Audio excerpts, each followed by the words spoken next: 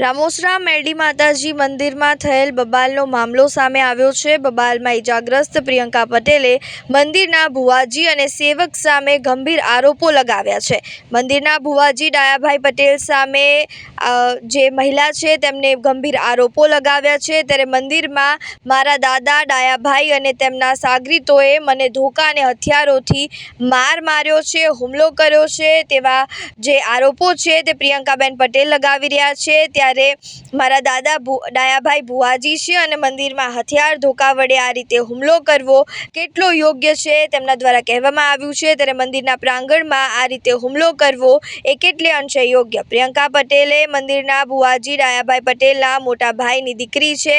ત્યારે રામોસરા મેરડી માતાજી મંદિર માધાભાની મેલડી તરીકે ઓળખાય છે। ત્યારે મધાભા પરિવારના સંતાનો વચ્ચે મંદિરમાં આ બબાલ થઈ હતી। ભુવાજી ડાયાભાઈ પટેલ પણ માધાભાઈ પટેલ પરિવારના વ્યક્તિ છે।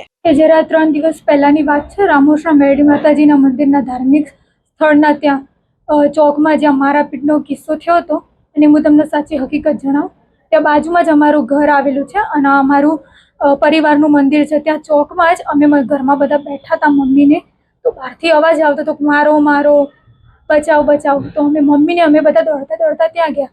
ત્યાં જઈને જોયું તો અમારા નાના ભાઈઓને એ બધા લાઠી દંડથી અને હાથથી બધા પ્રહાર કરતા હતા।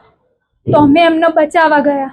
ત્યાં ડાયા દાદા જે ત્યાંના ભુવા છે એમને મારી મમ્મી પર દંડ વડે પ્રહાર કર્યો। તો હું તે એમને બચાવવા ગઈ અને એ મારા દાદા છે અને હું એમની દીકરી છું। તો મને એમ કે મારા દાદા એ મારી પર હાથ નહીં ઉપાડે, તો હું ત્યાં ગઈ તો એમને મારી પર લાઠી ઉપાડી કે જેનું આ નિશાને તમે જોઈ શકો કે નિશાન। અને ત્યાં અમારા બીજા ભાઈઓ કાકાઓ એ બધા આવ્યા ત્યારે અમારો જીવ બચ્યો છે। અને તમે ત્યાં જોઈ શકો કે ત્યાં સીસીટીવી કેમેરા બી લાગેલા છે। તો તમે ફૂટેજ મેળવો તો તમને અંદર દેખાશે કે જે ડાયા દાદા છે તેના ઉપાસક છે, ભુવા છે, એમને મારી પર હુમલો કર્યો છે। અને ખાસા બધા જણા જોડે મીન્સ 3 થી 4 જણા હતા, એને મારા પેટમાં, મારા છાતીમાં અને મારા પાછળ હાથથી માર્યો છે, લાકડીથી પણ માર્યો છે। અને બીજા 3-4 જણા જોડે લાકડી, દંડ અને એક ભાઈ જોડે તો તલવાર બી હતી, તો એમનાથી અમારા ઉપર મારવાનો પ્રયાસ કર્યો હતો એમને। તો આ મંદિરમાં આ પ્રકારે કૃત્ય કરવું કેટલે વિશે યોગ્ય છે? તમારા દાદા થાય, દાદાએ કર્યું શું કહેશો? પહેલા તો વિશ્વાસ જ ના થાય કે એ આપણા દાદા છે અને આવી ધાર્મિક જગ્યાએ આ થવું જ ના જોઈએ। અને જે એમને દીકરીઓ ઉપર, નાના છોકરા ઉપર કર્યું એ બહુ ખરાબ ગણાય કે આટલા મોટા માણસને એમને આવું ના કરવું જોઈએ। માતાજીને શું પ્રાર્થના કરો છો? બસ માતાજીને એટલી જ પ્રાર્થના કરીએ કે આ બધું જે થયું છે એ જે સાચું હોય એને ન્યાય મળે અને બધું જે ઠીક થઈ જાય બસ।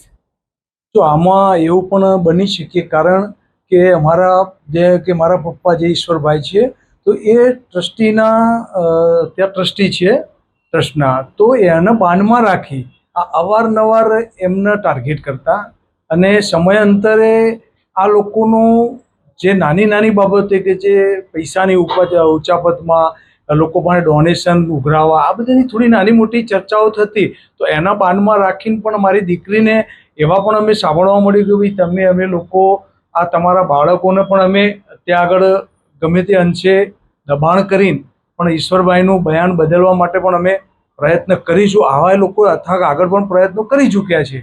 તો આ પણ જે પ્રસંગ બન્યો છે કે જે મારામારીનો એક આ ટાર્ગેટેડ પ્રસંગ છે। એવું નથી અમને લાગતું કે આ લોકોએ આ બાળકોના એક વિષયને લઈને ગાડીનો વિષય લઈ, પરંતુ આમનો ટાર્ગેટેડ છે જ આ પ્રસંગ, આવું મને લાગી રહ્યું છે।